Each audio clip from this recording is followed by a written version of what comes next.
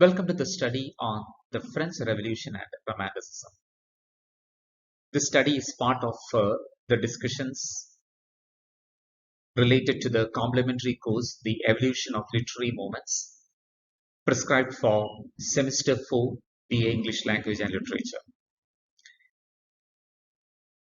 In this lecture, the focus will be on pages 9 to 15 of the textbook, Cross Currents.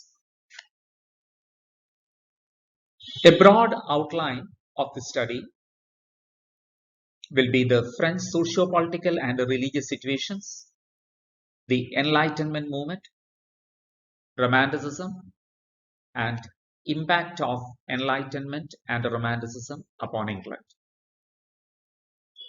In this first lecture, we'll discuss the situations of France, its society, its religion, its politics, and come to think of the emergence of new strains of thought in France. Our study focuses on the 18th century France. A background of France. Let's move back to the 2nd century BC when France or parts of France were occupied by the Romans. In the 5th century AD, the Germanic Franks established power in the region, and this Frankish dominance continues for centuries. Power reaches its heights in the time of Charlemagne or Charles the Great. Moving to the 14th and 15th centuries, the 100 Years' War. We understand the 100 Years' War to be a fight between England and France, but it's actually a fight between two families. A series of war between the House of Valois and the House of Plantagenet, which is also known as the House of Anjou.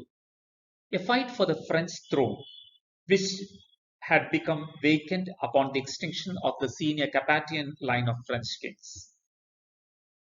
So the House of Valois claimed the title of the King of France. The Plantagenets, they were already the rulers of England. They also made this claim for France.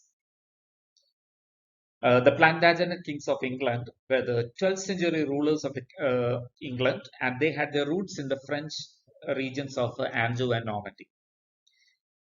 The 100 Years' War ended with the victory of the Valois in 1453, solidifying the power of the ancient regime as a highly centralized absolute monarchy. Please note the spelling of the word ancient. It is different from the English spelling. Here we don't have the T. So from the 15th century, let's move to the 16th, when France emerges as a colonial power. And in the late 18th century, monarchy and associated institutions were overthrown in the French Revolution. So this is the background from the 2nd century BC, 5th century AD, 14th and 15th centuries AD, 16th century AD, and the late 18th century AD.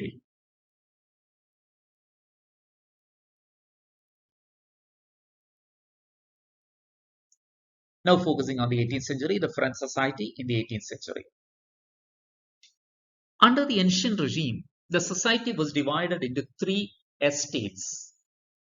The first estate, the clergy, second, the nobility, and the third, the commoners. The king was beyond this. He was not considered part of any estate. And the third estate, that is the commoners, they were under the oppression of the first two, the nobility and the clergy. So there was a huge gap between the privileged and the underprivileged. Not only that, there was also a gap inside the first estate between the upper and lower strata of the clergy. The peasants were burdened by obligations and taxation.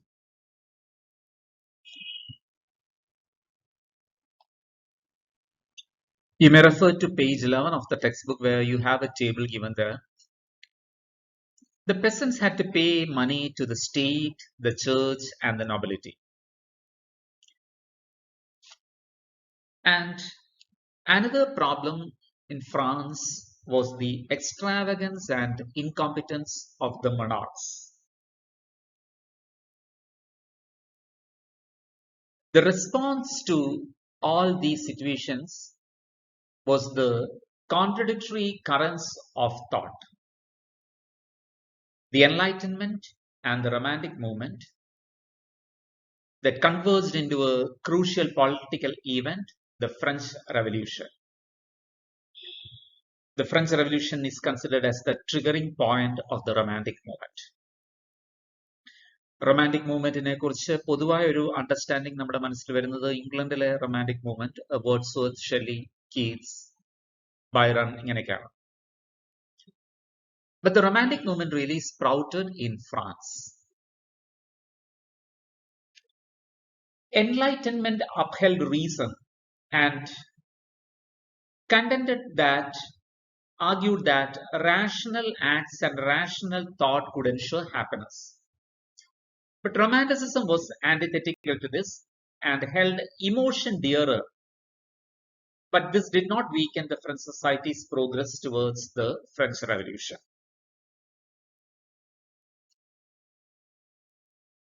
The Enlightenment. The Age of Enlightenment, or simply the Enlightenment or the Age of Reason, was an elite cultural movement of intellectuals in the 18th century Europe. This is not just limited to France. This sought to mobilize the power of reason in order to reform society and advance knowledge.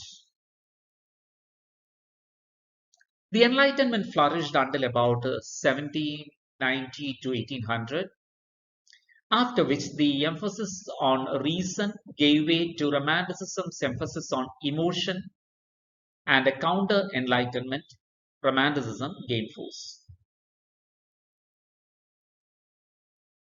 The major figures of the Enlightenment came from England. We mentioned that it's a European phenomenon. But the movement truly exploded in France, which was the hotbed of political and intellectual thoughts in the 1700s.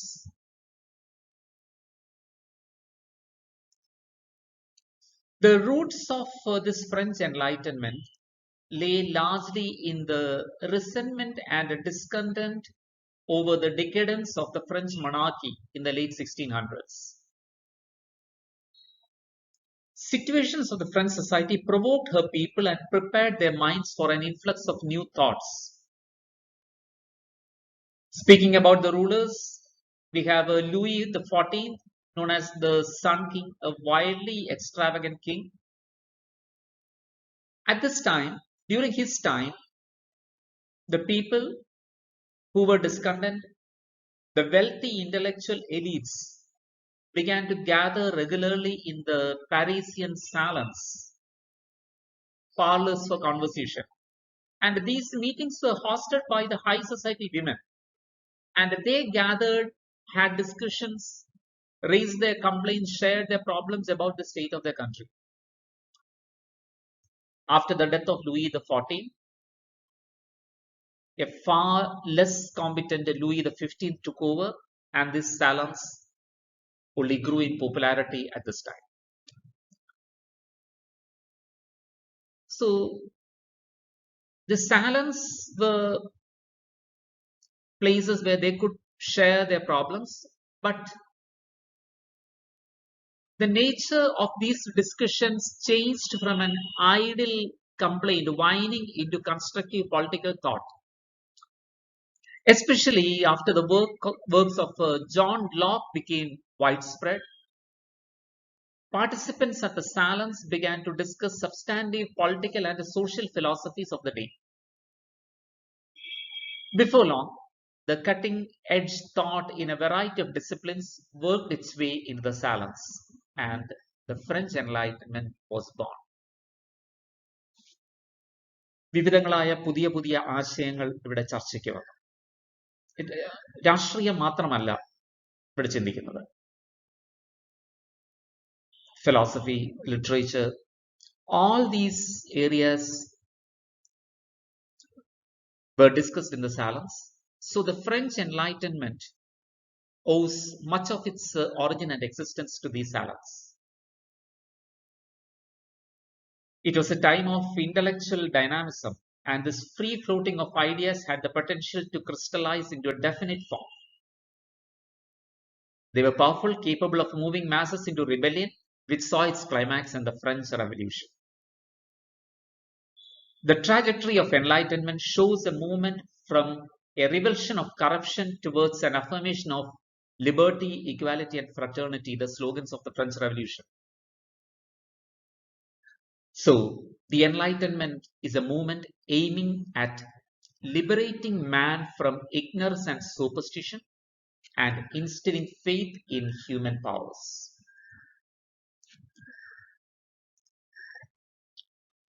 The point of literacy. Complementing and enabling the socially and politically active atmosphere was the dramatically improving literacy rate in France. More and more French people, especially in Paris and surrounds, were reading and writing about revolutionary ideas. So there is a symbiotic relationship. റീഡേഴ്സിന് പുതിയ പുതിയ കാര്യങ്ങൾ വായിക്കുവാനായിട്ട് വേണം. So they depended on, they awaited more literature from the philosophers.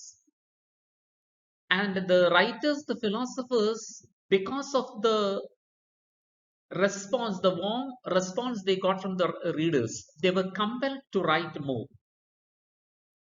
And even the French women,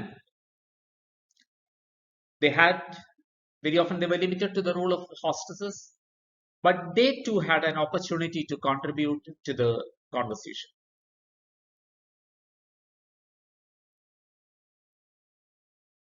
Now let's see some key names connected with the Enlightenment. I've given a few alphabets there. Each of these indicates to one name, a writer or a thinker of the period, not just limited to France. So you can pause for a moment, take a paper, take a sheet of paper, and you can refer to the text. Try to identify the names indicated here through the alphabets. You can make an attempt without looking into the text if you have already read the text. And you can improve your performance going through pages 10, 11, 12 or till page number 50. So it's your time now. You can pause the video for a moment.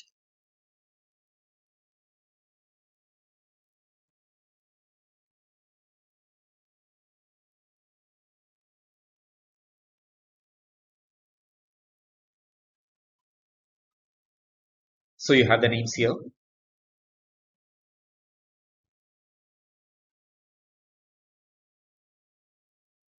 More about the philosophers. We mentioned about the popularity of the salons in the early 1700s. The coffee shops, the salons, and other social groups were popping up all over Paris, encouraging intellectual discussion regarding the political and philosophical status of the country. And as we mentioned just now, members of these groups increasingly clamored to read the latest works of the leading philosophers. So these non-traditional thinkers came to be known as the philosophers. On page number 14, it is mentioned how they are different from the earlier philosophers like Plato. So the philosophers formed a group that championed the personal liberties and the works of Locke and Newton, denounced Christianity, actively opposed the abusive governments found throughout Europe. ഒന്ന് personal ലിബർട്ടീസിനെ challenge ചെയ്യുന്നു, champion ചെയ്യുന്നു. Personal liberties ഇല്ലാത്ത ഒരു സമൂഹത്തിന് വേണ്ടി അവർ സംസാരിക്കണം. And they trusted the ideas spread by Locke and Newton. രണ്ടാമത് അതാണ് ശ്രദ്ധിക്കേണ്ടത്. John Locke and Isaac Newton, we consider them to be the scholars who inspired many of the philosophers. മൂന്നാമത്, they denounced Christianity. And the fourth point, they opposed abusive governments. ജനങ്ങളെ ബുദ്ധിമുട്ടിക്കുന്ന ഭരണകൂടങ്ങൾക്കെതിരെ അവർ ശബ്ദമുയർത്തി. They differed in many ways in their thinking, but generally they came from similar schools of thought. They were writers, journalists, and teachers who were confident that the human society could be improved through rational thought. Enlightenment പഠിക്കുമ്പോൾ നമ്മൾ വളരെ ശ്രദ്ധിക്കുന്ന ഒരു point, ആദ്യത്തെ ഒരു point ആണ് reason, rational thought. അതിൽ നിന്നുള്ള ഒരു ഷിഫ്റ്റ് ആണ് റൊമാൻറ്റിസിസം അപ്ഹോൾഡ് ചെയ്യുന്ന ഇമോഷൻസ്. അപ്പം ഈ രണ്ട് പോയിന്റുകൾ നമ്മളുടെ പഠനത്തിൽ വളരെ ശ്രദ്ധേയമായിരിക്കും. ഒരു ഭാഗത്ത് റീസൺ, മറുഭാഗത്ത് ഇമോഷൻ. ഇതിനെ രണ്ടിനെയും അഡ്വക്കേറ്റ് ചെയ്യുന്ന സ്കോളേഴ്സ്, ഫിലോസഫേഴ്സ് ഉണ്ട്. നമ്മളിവിടെ പറഞ്ഞു philosophers, they denounced the doctrines of the church or denounced Christianity. Let's see something more of that. Philosophers and the church. A large part of the philosophers' attacks were focused on the church and its traditions. But that doesn't mean that the philosophers were atheists. നിരീശ്വരവാദികളല്ലായിരുന്നു. Many of the prominent philosophers were deists. They believed in God. They believed in an all-powerful being. But ദൈവത്തെക്കുറിച്ചുള്ള അവരുടെ സങ്കല്പം, it's that of a cosmic watchmaker. ഒരു watch നിർമ്മിക്കുന്ന ഒരാള്. ഈ കാലത്ത് ഇത് ഫാക്ടറികൾ, കമ്പനികളൊക്കെയാണ് വാച്ചുകൾ ഉണ്ടാക്കുന്നത്. പഴയ കാലത്ത് individuals were involved in making watches and clocks. അപ്പൊ ഒരു വാച്ച് മേക്കർ ഒരു ക്ലോക്ക് ഉണ്ടാക്കി അല്ലെങ്കിൽ ഒരു വാച്ച് ഉണ്ടാക്കി കഴിഞ്ഞാൽ he will take his hands off that. അത് പിന്നീട് ആരെങ്കിലും മേടിക്കുന്നു, അവര് അത് ഉപയോഗിക്കുന്നു. ഈ വാച്ച് മേക്കർ അതിന്റെ പുറകെ അതിന് കേടുണ്ടോ എന്ന് അന്വേഷിച്ച് പോകാറില്ല. So according to the belief of many of the philosophers, there is a divine being, an all-powerful being. He is like a cosmic watchmaker who simply sets the universe in autonomous motion and never again tampered with it. The philosophers also disdained the organized religion and the church's traditional idea of the chain of being. Church believe ചെയ്യുന്ന ഒരു കാര്യമാണ്. There's a chain. ഏറ്റവും മുകളിലെ ദൈവം, പിന്നീട് the angels. But when it comes down, God first, then angels, then monarchs, then aristocrats, and so on. The philosophers also raised objections against the decadent lifestyles of leading church representatives, and also the church's persistence in collecting exorbitant taxes and tithes. Chaithram എന്ന് പറയുന്നത് നമ്മുടെ വരുമാനത്തിന്റെ 10% നിർബന്ധമായും ചേർച്ചിന് കൊടുക്കണം എന്ന് പറയുന്നു. അതുപോലെ ചേർച്ചിന്റെ റെപ്രസെന്റേറ്റീവ്സിന്റെ ജീവിത രീതികൾ, ആഡംബരവും മറ്റ് പ്രശ്നങ്ങളും എല്ലാമുള്ള ജീവിത രീതികളെ ഫിലോസഫേഴ്സ് ഒബ്ജക്ട് ചെയ്തു.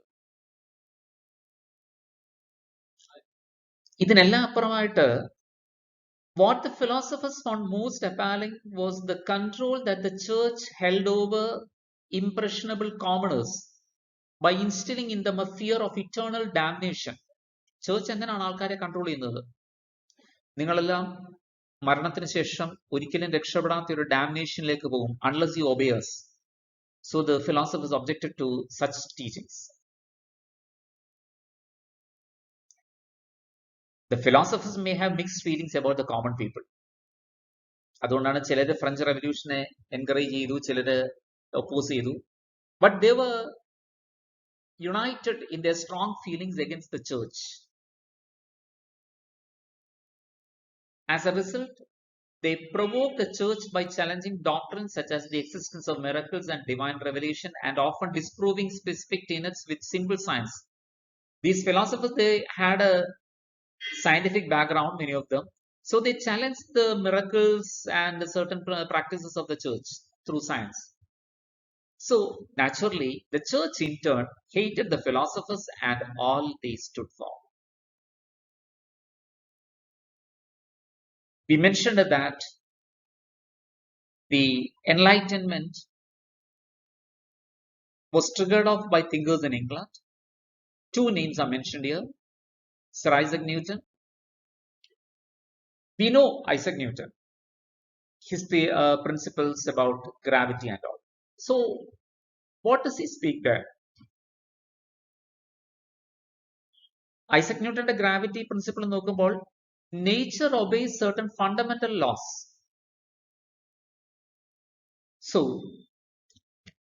when an apple breaks off its connection with a tree, there is a natural law of gravity and the apple falls down. So, how can we understand nature or control nature? Through an understanding of these laws and principles of nature.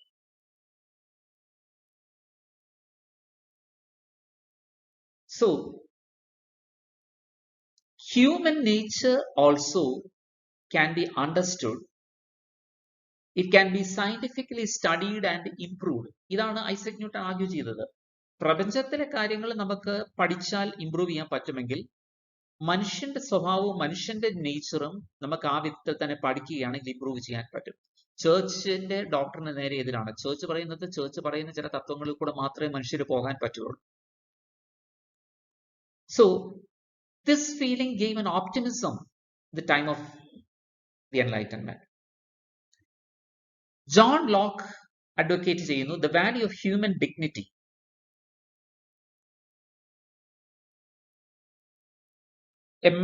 A person can be in charge of his destiny. Human beings could construct an adequate conception of the universe. പ്രകൃതിയെക്കുറിച്ച് നമുക്ക് പഠിക്കുവാനായിട്ട് സാധിക്കും.